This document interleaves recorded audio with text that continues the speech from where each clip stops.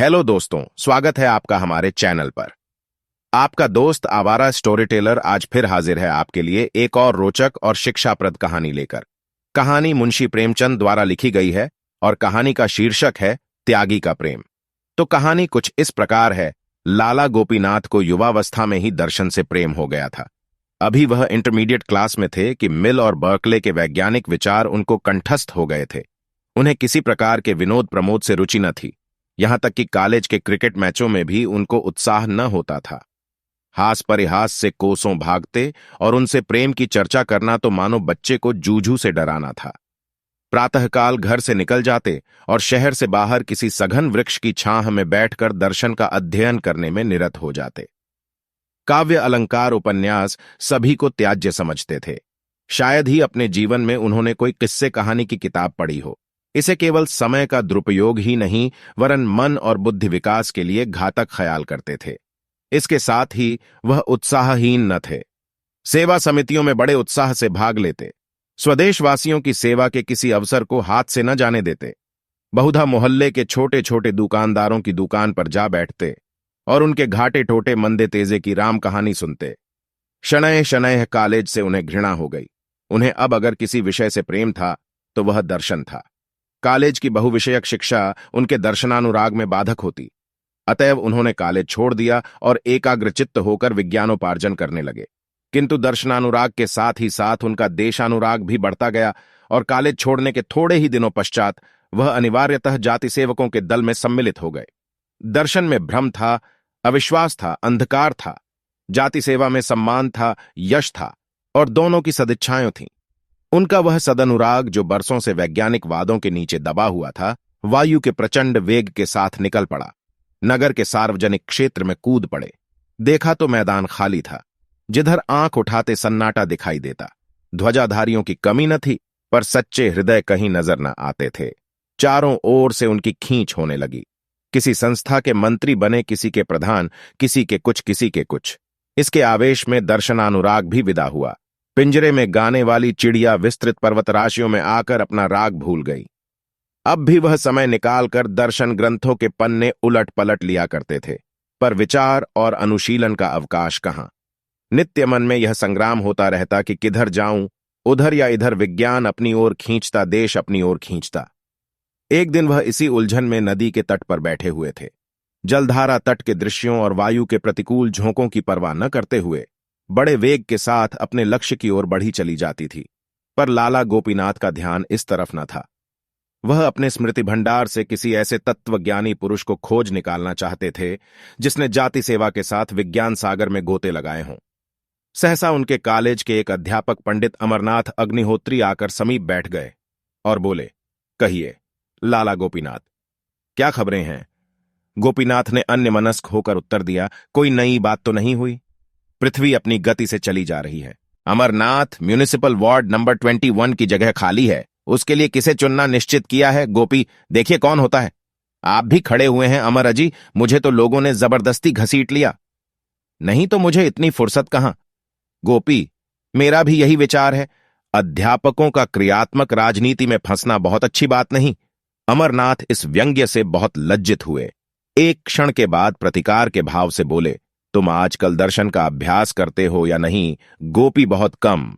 इसी दुविधा में पड़ा हुआ हूं कि राष्ट्रीय सेवा का मार्ग ग्रहण करूं या सत्य की खोज में जीवन व्यतीत करूं।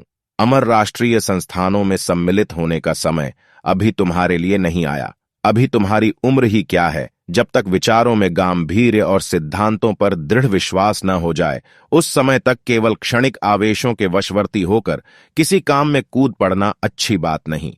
राष्ट्रीय सेवा बड़े उत्तरदायित्व का काम है। गोपीनाथ ने निश्चय कर लिया कि मैं जाति सेवा में जीवन क्षेप करूंगा।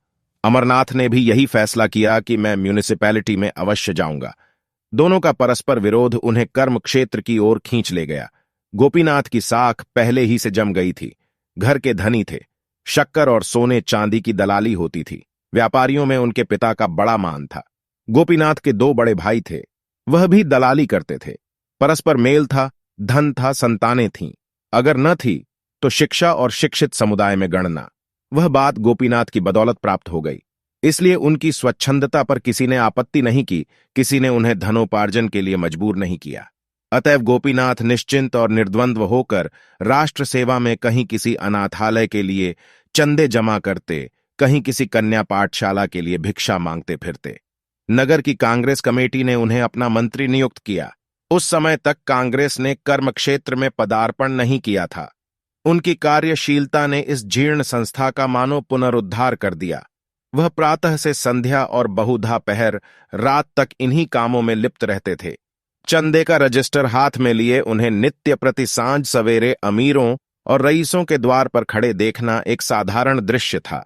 धीरे धीरे कितने ही युवक उनके भक्त हो गए। लोग कहते कितना निस्वार्थ, कितना आदर्शवादी त्यागी जाति सेवक है। कौन सुबह से शाम तक निस्वार्थ भाव से केवल जनता का उपकार करने के लिए यूं दौड़ धूप करेगा। उनका आत्मोत्सर्ग प्रायः द्वेषियों को भी अनुरक्त कर देता था। उन्हें बहुधा रईसों की अभद्रता, असज्जनता, यहां तक कि उनके कटु शब्द भी सहने पड़ते थे। उन्हें अब विदित हो गया था कि जाति सेवा बड़े अंशों तक केवल चंदे मांगना है। इसके लिए धनिकों की दरबारदारी या दूसरे शब्दों में खुशामद भी करनी पड़ती थी। दर्शन के उस गौरवयुक्त अध्ययन और इस दान लोलुपता में कितना अंतर था। कहां मिल और केंट स्पेंसर और किड के साथ एकांत में बैठे हुए जीव और प्रकृति के गहन गूढ़ विषय पर वार्तालाप, और कहां इन अभिमानी असभ्य मूर्ख व्यापारियों के सामने सिर झुकाना। वह अंतःकरण में उनसे घृणा करते थे। वे धनी थे और केवल धन कमाना चाहते थे। इसके अतिरिक्त उनमें और कोई विशेष गुण न था। उनमें अधिकांश ऐसे थे जिन्होंने कपट व्यवहार से धनोपार्जन किया था। पर गोपीनाथ के लिए वे सभी पूज्य थे, क्योंकि उन्हीं की कृपा दृष्टि पर उनकी राष्ट्र सेवा अवलंबित थी। इस प्रकार कई वर्ष व्यतीत हो गए। गोपीनाथ नगर के मान्य पुरुषों में गिने जाने लगे। वह दीनजनों के आधार और दुखियारों के मददगार थे। अब वह बहुत कुछ निर्भीक हो गए थे और कभी कभी रईसों को भी कुमार्ग पर चलते देखकर फटकार दिया करते थे।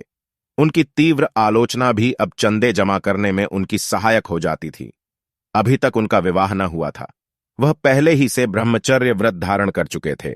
विवाह करने से साफ इनकार किया, मगर जब पिता और अन्य बंधुजनों ने बहुत आग्रह किया और उन्होंने स्वयं कई विज्ञान ग्रंथों में देखा कि इंद्रिय दमन स्वास्थ्य के लिए हानिकारक है, तो असमंजस में पड़े। कई हफ्ते सोचते हो गए और वह मन में कोई बात पक्की न कर सके। स्वार्थ और परमार्थ में संघर्ष हो रहा था। विवाह का अर्थ था अपनी उदारता की हत्या करना, अपने विस्तृत हृदय को संकुचित करना, न कि राष्ट्र के लिए जीना। वह अब इतने ऊंचे आदर्श का त्याग करना निंद्य और उपहासजनक समझते थे। इसके अतिरिक्त अब वह अनेक कारणों से अपने को पारिवारिक जीवन के अयोग्य पाते थे। जीविका के लिए जिस उद्योगशीलता, जिस अनवरत परिश्रम और जिस मनोवृत्ति की आवश्यकता है, वह उनमें न रही थी। जाति सेवा में भी उद्योगशीलता और अध्यवसाय की कम जरूरत न थी, लेकिन उसमें आत्मगौरव का हनन न होता था। परोपकार के लिए भिक्षा मांगना दान है। अपने लिए पान का एक बीड़ा भी भिक्षा है। स्वभाव में एक प्रकार की स्वच्छंदता आ गई थी। इन त्रुटियों पर पर्दा डालने के लिए जाति सेवा का बहाना बहुत अच्छा था। एक दिन वह सैर करने जा रहे थे कि रास्ते में अध्यापक अमरनाथ से मुलाकात हो गई। यह महाशय अब म्युनिसिपल बोर्ड के मंत्री हो गए थे और आजकल इस दुविधा में पड़े हुए थे कि शहर में मादक वस्तुओं के बेचने का ठीका लूं या न लूं। लाभ बहुत था, पर बदनामी भी कम न थी। अभी तक कुछ निश्चय न कर सके थे। इन्हें देखकर बोले, कहिए लालाजी, मिजाज अच्छा है ना? आपके विवाह के विषय में क्या हुआ? गोपीनाथ ने दृढ़ता से कहा, मेरा इरादा विवाह करने का नहीं है। अमरनाथ, ऐसी भूल न करना। तुम अभी नवयुवक हो, तुम्हें संसार का कुछ अनुभव नहीं है। मैंने ऐसी कितनी मिसालें देखी हैं जहां अविवाहित रहने से लाभ के बदले हानि ही हुई है। विवाह मनुष्य को सुमार्ग पर रखने का सबसे उत्तम साधन है, जिसे अब तक मनुष्य ने आविष्कृत किया है। उस व्रत से क्या फायदा जिसका परिणाम छिछोरापन हो? गोपीनाथ ने प्रत्युत्तर दिया, आपने मादक वस्तुओं के ठीके के विषय में क्या निश्चय किया? अमर, अभी तक कुछ नहीं। जी हिचकता है। कुछ न कुछ बदनामी तो होगी ही। गोपी, एक अध्यापक के लिए मैं इस पेशे को अपमान समझता हूं। अमर, कोई पेशा खराब नहीं है अगर ईमानदारी से किया जाए। गोपी, यहां मेरा आपसे मतभेद है। कितने ही ऐसे व्यवसाय हैं जिन्हें एक सुशिक्षित व्यक्ति कभी स्वीकार नहीं कर सकता। मादक वस्तुओं का ठीका उनमें एक है। गोपीनाथ ने आकर अपने पिता से कहा, मैं कदापि विवाह न करूंगा। आप लोग मुझे विवश न करें, वरना पछताएगा। अमरनाथ ने उसी दिन ठीके के लिए प्रार्थना पत्र भेज दिया और वह स्वीकृत भी हो गया। 2 साल हो गए हैं। लाला गोपीनाथ ने एक कन्या पाठशाला खोली है और उसके प्रबंधक हैं। शिक्षा की विभिन्न पद्धतियों का उन्होंने खूब अध्ययन किया है और इस पाठशाला में वह उनका व्यवहार कर रहे हैं। शहर में यह पाठशाला बहुत ही सर्वप्रिय है। उसने बहुत अंशों में उस उदासीनता का परिशोध कर दिया है जो माता पिता को पुत्रियों की शिक्षा की ओर होती है। शहर के गण्यमान्य पुरुष अपनी लड़कियों को सहर्ष पढ़ने भेजते हैं। वहां की शिक्षा शैली कुछ ऐसी मनोरंजक है कि बालिकाएं एक बार जाकर मानो मंत्रमुग्ध हो जाती हैं। फिर उन्हें घर पर चैन नहीं मिलता। ऐसी व्यवस्था की गई है कि 3-4 वर्षों में ही कन्याओं का गृहस्थी के मुख्य कामों से परिचय हो जाए। सबसे बड़ी बात यह है कि यहां धर्म शिक्षा का भी समुचित प्रबंध किया गया है। अब की साल से प्रबंधक महोदय ने अंग्रेजी की कक्षाएं भी खोल दी हैं। एक सुशिक्षित गुजराती महिला को बंबई से बुलाकर पाठशाला उनके हाथ में दे दी है। इन महिला का नाम है आनंदी बाई। विधवा हैं, हिंदी भाषा से भलीभांति परिचित नहीं है, किंतु गुजराती में कई पुस्तकें लिख चुकी हैं, कई कन्या पाठशालाओं में काम कर चुकी हैं। शिक्षा संबंधी विषयों में अच्छी गति है। उनके आने से मदरसे में और भी रौनक आ गई है। कई प्रतिष्ठित सज्जनों ने जो अपनी बालिकाओं को मंसूरी और नैनीताल भेजना चाहते थे, अब उन्हें यहीं भर्ती करा दिया है। आनंदी रईसों के घरों में जाती हैं और स्त्रियों में शिक्षा का प्रचार करती हैं। उनके वस्त्र भूषणों से सुरुचि का बोध होता है। हैं भी उच्च कुल की, इसलिए शहर में उनका बड़ा सम्मान होता है। लड़कियां उन पर जान देती हैं, उन्हें मां कहकर पुकारती हैं। गोपीनाथ पाठशाला की उन्नति देख देख कर फूले नहीं समाते। जिससे मिलते हैं आनंदी बाई का ही गुणगान करते हैं। बाहर से कोई सुविख्यात पुरुष आता है तो उससे पाठशाला का निरीक्षण अवश्य कराते हैं। आनंदी की प्रशंसा से उन्हें वही आनंद प्राप्त होता है जो स्वयं अपनी प्रशंसा से होता। बाई जी को भी दर्शन से प्रेम है और सबसे बड़ी बात यह है कि उन्हें गोपीनाथ पर असीम श्रद्धा है। वह हृदय से उनका सम्मान करती हैं।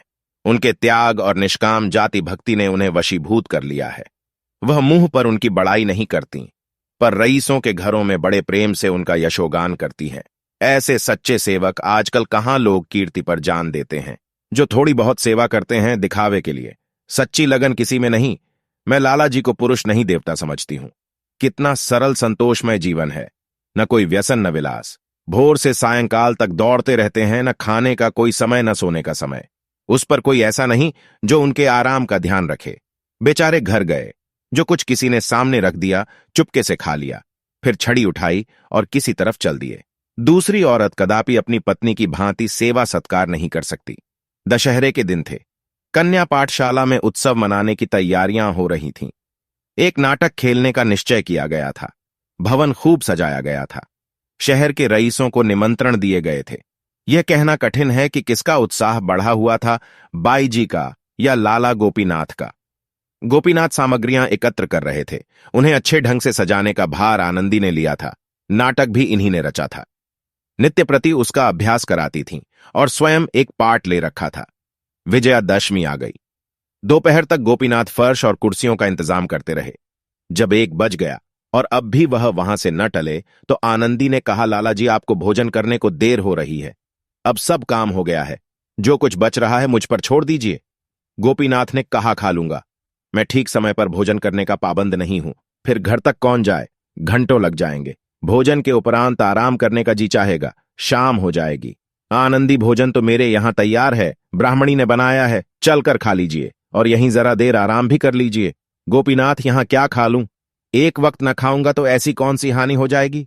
आनंदी जब भोजन तैयार है तो उपवास क्यों कीजिएगा।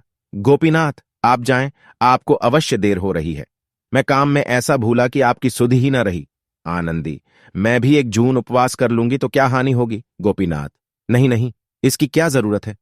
मैं आपसे सच कहता हूं, मैं बहुधा 1 ही जून खाता हूं। आनंदी अच्छा, मैं आपके इनकार का माने समझ गई। इतनी मोटी बात अब तक मुझे ना सूझी। गोपीनाथ क्या समझ गई, मैं छूतछात नहीं मानता, यह तो आपको मालूम ही है। आनंदी इतना जानती हूं, किंतु जिस कारण से आप मेरे यहां भोजन करने से इनकार कर रहे हैं उसके विषय में केवल इतना निवेदन है कि मुझे आपसे केवल स्वामी और सेवक का संबंध नहीं है, मुझे आपसे आत्मीयता का संबंध है। आपका मेरे पान फूल को अस्वीकार करना अपने एक सच्चे भक्त के मर्म को आघात पहुंचाना है। मैं आपको इसी दृष्टि से देखती हूं।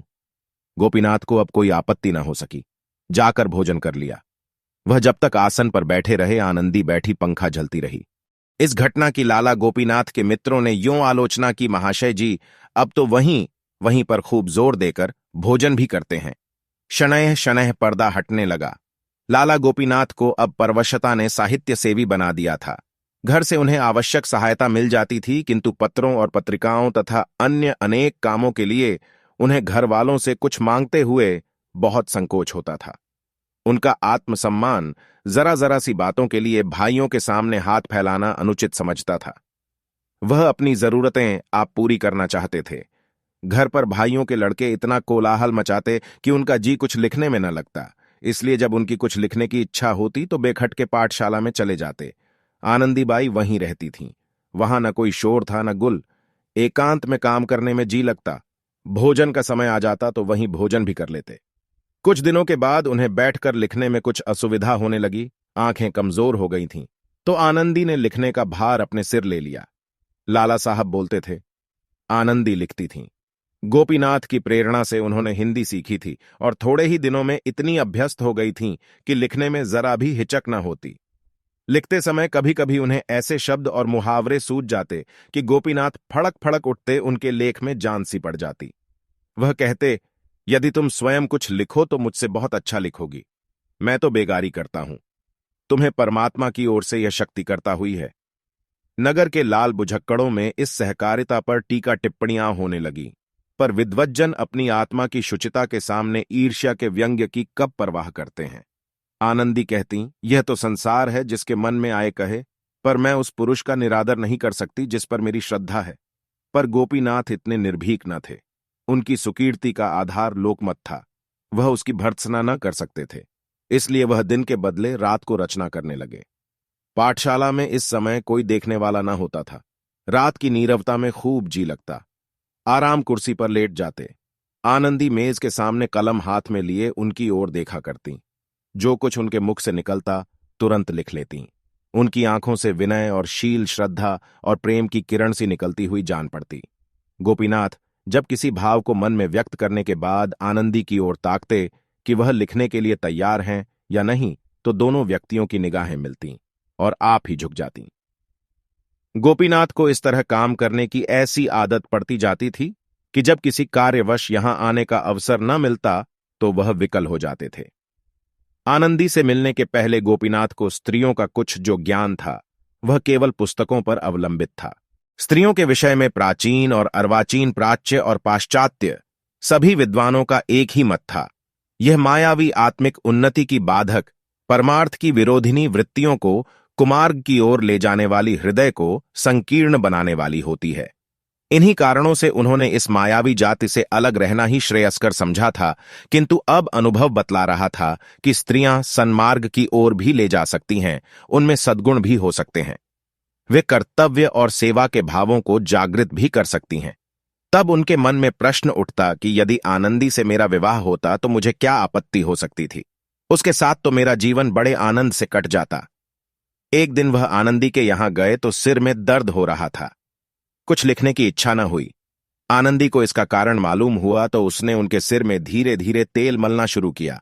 गोपीनाथ को उस समय अलौकिक सुख मिल रहा था।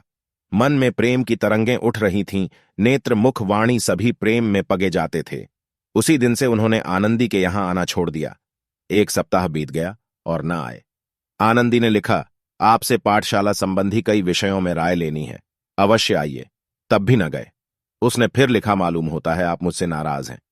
मैंने जानबूझकर तो कोई ऐसा काम नहीं किया, लेकिन यदि वास्तव में आप नाराज हैं तो मैं यहां रहना उचित नहीं समझती।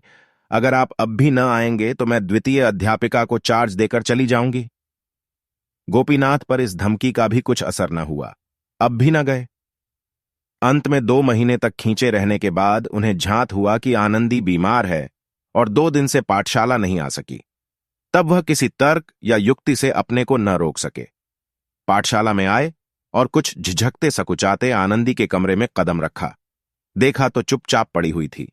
मुख पीला था, शरीर घुल गया था। उसने उनकी ओर दया प्रार्थी नेत्रों से देखा। उठना चाहा, पर अशक्ति ने उठने न दिया। गोपीनाथ ने आर्द्र कंठ से कहा, लेटी रहो, उठने की जरूरत नहीं, मैं बैठ जाता हूं। डॉक्टर साहब आए थे? मिश्राइन ने कहा, जी हां, 2 बार आए थे, दवा दे गए हैं। गोपीनाथ ने नुस्खा देखा। डॉक्टरी का साधारण ज्ञान था। नुस्खे से झांत हुआ हृदय रोग है। औषधियां सभी पुष्टिकर और बलवर्धक थीं। आनंदी की ओर फिर देखा। उसकी आंखों से अश्रुधारा बह रही थी। उनका गला भी भर आया। हृदय मसोसने लगा। गदगद होकर बोले, आनंदी, तुमने मुझे पहले इसकी सूचना न दी, नहीं तो रोग इतना न बढ़ने पाता। आनंदी, कोई बात नहीं है, अच्छी हो जाऊंगी, जल्दी ही अच्छी हो जाऊंगी। मर भी जाऊंगी तो कौन रोने वाला बैठा हुआ है। यह कहते कहते वह फूट फूट कर रोने लगी। गोपीनाथ दार्शनिक थे, पर अभी तक उनके मन के कोमल भाव शिथिल न हुए थे। कंपित स्वर से बोले, आनंदी, संसार में कम से कम एक ऐसा आदमी है जो तुम्हारे लिए अपने प्राण तक दे देगा। ये कहते कहते वह रुक गए। उन्हें अपने शब्द और भाव कुछ भद्दे और उच्चृंखल से जान पड़े। अपने मनोभावों को प्रकट करने के लिए वह इन सारहीन शब्दों की अपेक्षा कहीं अधिक काव्यमय, रसपूर्ण, अनुरक्त शब्दों का व्यवहार करना चाहते थे, पर वह इस वक्त याद न पड़े। आनंदी ने पुलकित होकर कहा, 2 महीने तक किस पर छोड़ दिया था गोपीनाथ? इन 2 महीनों में मेरी जो दशा थी वह मैं ही जानता हूं। यही समझ लो कि मैंने आत्महत्या नहीं की। यही बड़ा आश्चर्य है। मैंने न समझा था कि अपने व्रत पर स्थिर रहना मेरे लिए इतना कठिन हो जाएगा। आनंदी ने गोपीनाथ का हाथ धीरे से अपने हाथ में लेकर कहा, अब तो कभी इतनी कठोरता न कीजिएगा गोपीनाथ। सचिंत होकर, अंत क्या है आनंदी? कुछ भी हो गोपी, कुछ भी हो। अपमान, निंदा, उपहास, आत्मवेदना, आनंदी कुछ भी हो, मैं सब कुछ सह सकती हूं और आपको भी मेरे हेतु सहना पड़ेगा। गोपी, आनंदी, मैं अपने को प्रेम पर बलिदान कर सकता हूं, लेकिन अपने नाम को नहीं। इस नाम को अकलंकित रखकर मैं समाज की बहुत कुछ सेवा कर सकता हूं। आनंदी, न कीजिए। आपने सब कुछ त्याग कर यह कीर्ति लाभ की है, मैं आपके यश को नहीं मिटाना चाहती। गोपीनाथ का हाथ हृदय स्थल पर रखकर, इसको चाहती हूं, इससे अधिक त्याग की आकांक्षा नहीं रखती गोपी। दोनों बातें एक साथ संभव हैं। आनंदी संभव है, मेरे लिए संभव है। मैं प्रेम पर अपनी आत्मा को भी न्योछावर कर सकती हूं। इसके पश्चात लाला गोपीनाथ ने आनंदी की बुराई करनी शुरू की। मित्रों से कहते, उनका जी अब काम में नहीं लगता, पहले किसी तनदेही नहीं है। किसी से कहते, उनका जी अब यहां से उचाट हो गया है, अपने घर जाना चाहती हैं। उनकी इच्छा है कि मुझे प्रतिवर्ष तरक्की मिला करे और उसकी यहां गुंजाइश नहीं। पाठशाला को कई बार देखा और अपनी आलोचना में काम को असंतोषजनक लिखा। शिक्षा संगठन, उत्साह, सुप्रबंध, सभी बातों में निराशाजनक क्षति पाई। वार्षिक अधिवेशन में जब कई सदस्यों ने आनंदी की वेतन वृद्धि का प्रस्ताव उपस्थित किया तो लाला गोपीनाथ ने उसका विरोध किया। उधर आनंदी बाई भी गोपीनाथ के दुखड़े रोने लगी। यह मनुष्य नहीं है, पत्थर का देवता है। उन्हें प्रसन्न करना दुस्तर है। अच्छा ही हुआ कि उन्होंने विवाह नहीं किया, नहीं तो दुखिया इनके नखरे उठाते उठाते सिधार जाती। कहां तक कोई सफाई और सुप्रबंध पर ध्यान दे। दीवार पर एक धब्बा भी पड़ गया, किसी कोने खुतरे में एक जाला भी लग गया, बरामदों में कागज का एक टुकड़ा भी पड़ा मिल गया तो आपके तीव्र बदल जाते हैं। 2 साल मैंने ज्यों त्यों करके निभाा, लेकिन देखती हूं तो लाला साहब की निगाह दिनों दिन कड़ी होती जाती है। ऐसी दशा में मैं यहां अधिक नहीं ठहर सकती। मेरे लिए नौकरी में कल्याण नहीं है, जब जी चाहेगा उठ खड़ी होंगी। यहां आप लोगों से मेल मोहब्बत हो गई है, कन्याओं से ऐसा प्यार हो गया है कि छोड़कर जाने को जी नहीं चाहता। आश्चर्य था कि और किसी को पाठशाला की दशा में अवनति न दिखती थी, वरन हालत पहले से अच्छी थी। एक दिन पंडित अमरनाथ की लाला जी से भेंट हो गई। उन्होंने पूछा, कहिए, पाठशाला खूब चल रही है ना गोपी? कुछ न पूछिए, दिनों दिन दशा गिरती जाती है। अमर आनंदी बाई की ओर से ढील है क्या गोपी जी? हाँ सरासर। अब काम करने में उनका जी नहीं लगता। बैठी हुई योग और ज्ञान के ग्रंथ पढ़ा करती हैं। कुछ कहता हूं तो कहती हैं, मैं अब इससे और अधिक कुछ नहीं कर सकती। कुछ परलोक की भी चिंता करूं कि 24 घंटे पेट के धंधों में ही लगी रहूं। पेट के लिए 5 घंटे बहुत हैं। पहले कुछ दिनों तक 12 घंटे करती, पर वह दशा स्थायी नहीं रह सकती थी। यहां आकर मैंने स्वास्थ्य खो दिया। एक बार कठिन रोगग्रस्त हो गई। क्या कमेटी ने मेरे दवा दर्पण का खर्च दे दिया? कोई बात पूछने भी आया? फिर अपनी जान क्यों दूं? सुना है घरों में मेरी बदगोई भी किया करती हैं। अमरनाथ मार्मिक भाव से बोले, ये बातें मुझे पहले ही मालूम थीं। 2 साल और गुजर गए। रात का समय था। कन्या पाठशाला के ऊपर वाले कमरे में लाला गोपीनाथ मेज के सामने कुर्सी पर बैठे हुए थे। सामने आनंदी कोच पर लेटी हुई थी। मुख बहुत म्लान हो रहा था। कई मिनट तक दोनों विचार में मग्न थे। अंत में गोपीनाथ बोले, मैंने पहले ही महीने में तुमसे कहा था कि मथुरा चली जाओ। आनंदी वहां 10 महीने क्यों कर रहती? मेरे पास इतने रुपये कहाँ थे और न तुम्ही ने कोई प्रबंध करने का आश्वासन दिया। मैंने सोचा 3-4 महीने यहां और रहूं, तब तक किफायत करके कुछ बचा लूंगी। तुम्हारी किताब से भी कुछ मिल जाएंगे। तब मथुरा चली जाऊंगी। मगर यह क्या मालूम था कि बीमारी भी इसी अवसर की ताक में बैठी हुई है। मेरी दशा 2-4 दिन के लिए भी संभली और मैं चली। इस दशा में तो मेरे लिए यात्रा करना असंभव है। गोपी, मुझे भय है कि कहीं बीमारी टूल न खींचे। संग्रहणी असाध्य रोग है। महीने 2 महीने यहां और रहने पड़ गए तो बात खुल जाएगी। आनंदी चिढ़कर, खुल जाएगी, खुल जाए। अब इससे कहां तक डरूं गोपी, मैं भी न डरता अगर मेरे कारण नगर की कई संस्थाओं का जीवन संकट में न पड़ जाता। इसलिए मैं बदनामी से डरता हूं।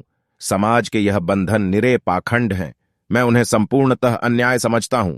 इस विषय में तुम मेरे विचारों को भली भांति जानती हो, पर करूं क्या, दुर्भाग्यवश मैंने जाति सेवा का भार अपने ऊपर ले लिया है और उसी का फल है कि आज मुझे अपने माने हुए सिद्धांतों को तोड़ना पड़ रहा है और जो वस्तु मुझे प्राणों से भी प्रिय है उसे यों निर्वासित करना पड़ रहा है। किंतु आनंदी की दशा संभलने की जगह दिनों दिन गिरती ही गई। कमजोरी से उठना बैठना कठिन हो गया था। किसी वैद्य या डॉक्टर को उसकी अवस्था न दिखाई जाती थी। गोपीनाथ दवाएं लाते थे, आनंदी उनका सेवन करती थी और दिन दिन निर्बल होती जाती थी। पाठशाला से उसने छुट्टी ले ली थी, किसी से मिलती जुलती भी न थी। बार बार चेष्टा करती कि मथुरा चली जाऊं, किंतु एक अनजान नगर में अकेले कैसे रहूंगी, न कोई आगे न पीछे, कोई एक घूंट पानी देने वाला भी नहीं। यह सब सोचकर उसकी हिम्मत टूट जाती थी। इसी सोच विचार और हैस बैस में 2 महीने और गुजर गए और अंत में विवश होकर आनंदी ने निश्चय किया कि अब चाहे कुछ सिर पर बीते यहां से चल ही दूं। अगर सफर में मर भी जाऊंगी तो क्या चिंता है, उनकी बदनामी तो न होगी, उनके यश को कलंक तो न लगेगा, मेरे पीछे ताने तो न सुनने पड़ेंगे। सफर की तैयारियां करने लगी। रात को जाने का मुहूर्त था कि सहसा संध्याकाल से ही प्रसव पीड़ा होने लगी और 11 बजते बजते एक नन्हा सा दुर्बल सत्वान सा बालक प्रसव हुआ। बच्चे के होने की आवाज सुनते ही लाला गोपीनाथ बेतहाशा ऊपर से उतरे और गिरते पड़ते घर भागे। आनंदी ने इस भेद को अंत तक छिपाए रखा, अपनी दारुण प्रसव पीड़ा का हाल किसी से न कहा, दाई को भी सूचना न दी। मगर जब बच्चे के रोने की ध्वनि मदरसे में गूंजी तो क्षण मात्र में दाई सामने आकर खड़ी हो गई। नौकरानियों को पहले से शंकाएं थीं, उन्हें कोई आश्चर्य न हुआ। जब दाई ने आनंदी को पुकारा तो वह सचेत हो गई। देखा तो बालक रो रहा है। दूसरे दिन 10 बजते बजते यह समाचार सारे शहर में फैल गया। घर घर चर्चा होने लगी। कोई आश्चर्य करता था, कोई घृणा करता, कोई हंसी उड़ाता था। लाला गोपीनाथ के छिद्रान्वेषियों की संख्या कम न थी। पंडित अमरनाथ उनके मुखिया थे। उन लोगों ने लाला जी की निंदा करनी शुरू की।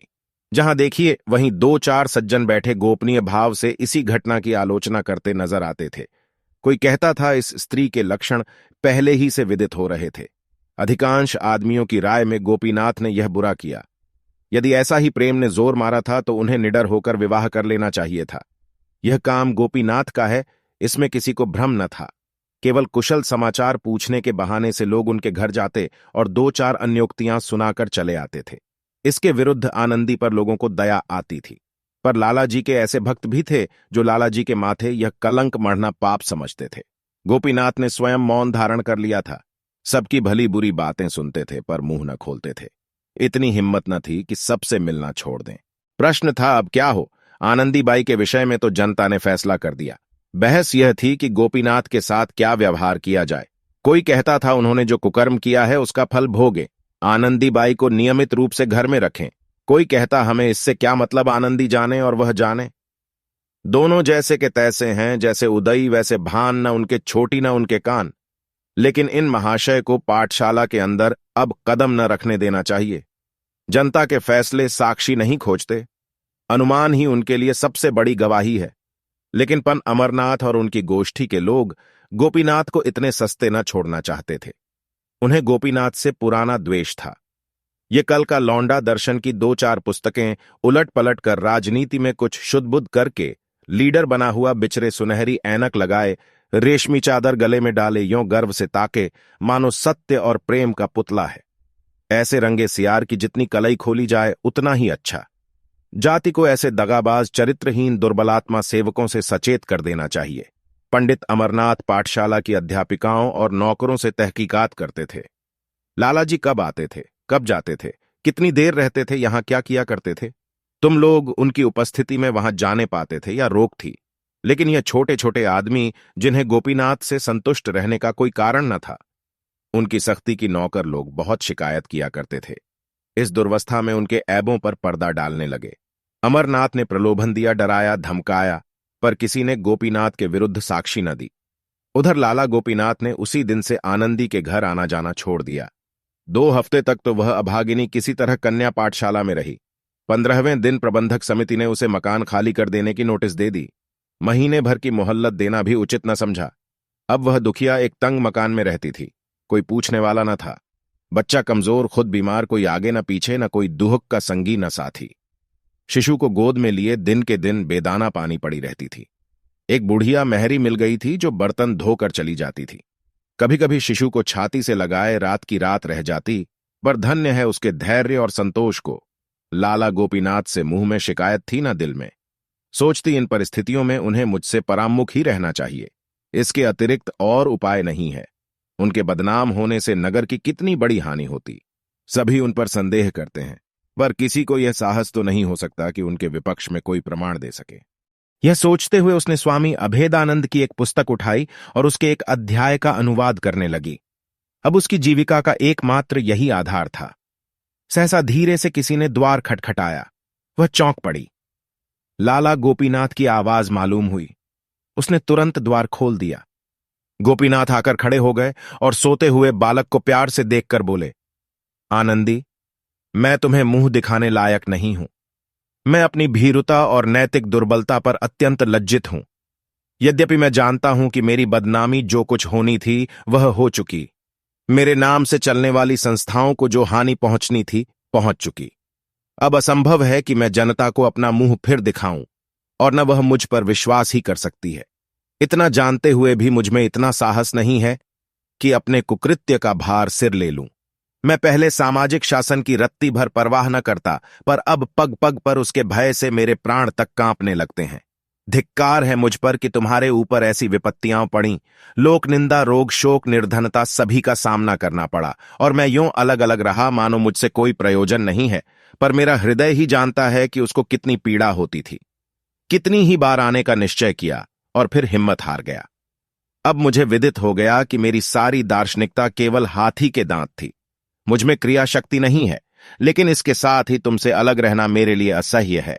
तुमसे दूर रहकर मैं जिंदा नहीं रह सकता। प्यारे बच्चे को देखने के लिए मैं कितनी ही बार लालायित हो गया हूं, पर यह आशा कैसे करूं कि मेरी चरित्रहीनता का ऐसा प्रत्यक्ष प्रमाण पाने के बाद तुम्हें मुझसे घृणा न हो गई होगी।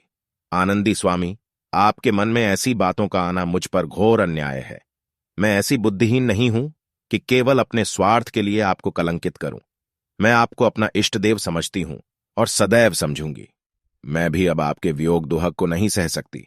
कभी कभी आपके दर्शन पाती रहूं, यही जीवन की सबसे बड़ी अभिलाषा है। इस घटना को 15 वर्ष बीत गए हैं। लाला गोपीनाथ नित्य 12 बजे रात को आनंदी के साथ बैठे हुए नजर आते हैं। वह नाम पर मरते हैं, आनंदी प्रेम पर। बदनाम दोनों हैं, लेकिन आनंदी के साथ लोगों की सहानुभूति है। गोपीनाथ सबकी निगाह से गिर गए हैं। हां, उनके कुछ आत्मीयगण इस घटना को केवल मानुषीय समझकर अब भी उनका सम्मान करते हैं, किंतु जनता इतनी सहिष्णु नहीं है। ऐसी ही आदर्शवादी और शिक्षाप्रद कहानियां जो आपको सोचने को मजबूर करे, सुनने के लिए हमारे चैनल को सब्सक्राइब कर लीजिए। धन्यवाद।